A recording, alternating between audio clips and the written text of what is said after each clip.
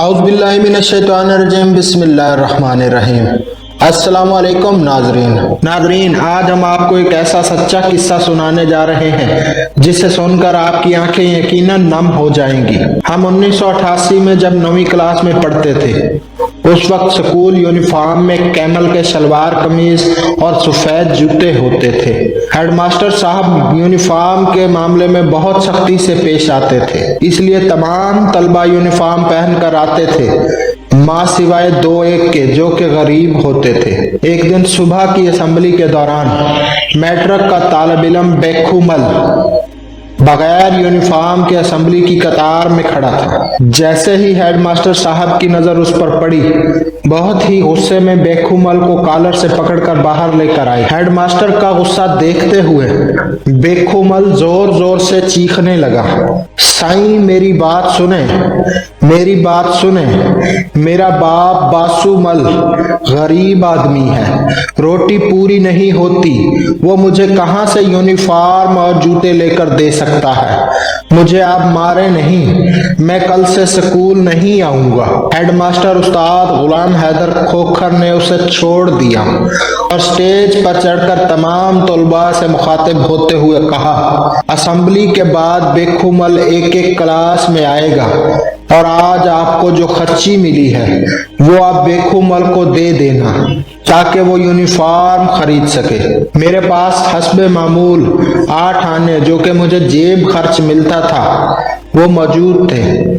सोचा कि आज के दिन समोसा नहीं खाऊंगा, मैं बेखुमल को दे दूंगा।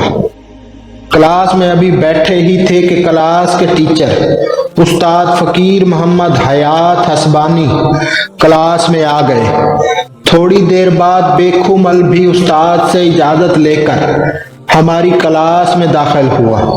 इसके हाथ में 1-1 रुपए के चंद नोट और कुछ सिक्के थे जो शायद उसने अपनी क्लास से जमा किए थे। उस्ताद फकीर मोहम्मद हयात हसबानी ने बहुत गुस्से में हम सबको मना किया कि कोई भी उसको पैसे नहीं देगा और बेखुमल की जानब देखते हुए गुस्से में कहा, डूब नहीं मरते जो भीख मांगते फिरते हो, क्या अभी गुर्बत की आड़ में सारी जिंदगी भीख मांगते फिरोगे?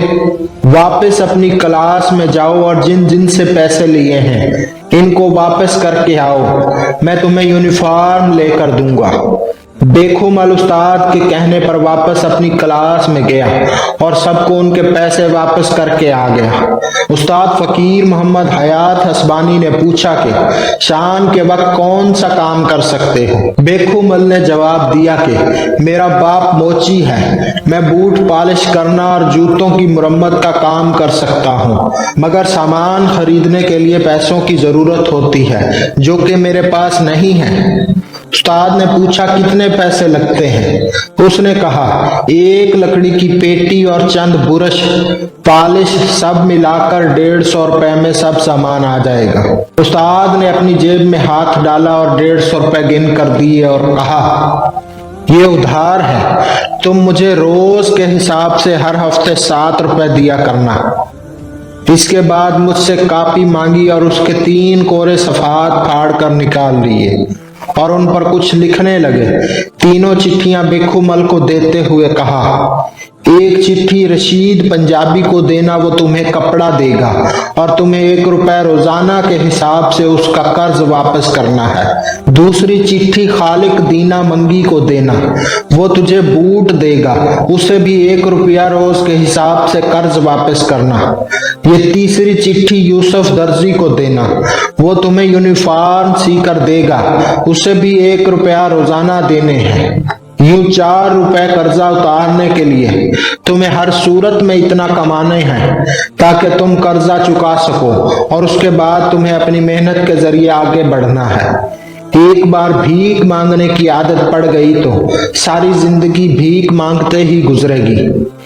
बेखुमल वादा करके चला गया और बाद में उस्ताद ने हमें कहा, आप लोग अपने जूतों की मुरम्मत और बूट पॉलिश हमेशा बेखुमल से करवाया करें। वक्त तेजी से गुजर गया और 12 साल पलक झपकते ही गुजर गए। 1999 में हाई स्कूल क्रोंडी में 10वीं क्लास के तलबा की अलविदाई पार्टी हो रही थी। उस्तादों के साथ शहर के मुअज़्ज़िज़ीन को भी दावत थी।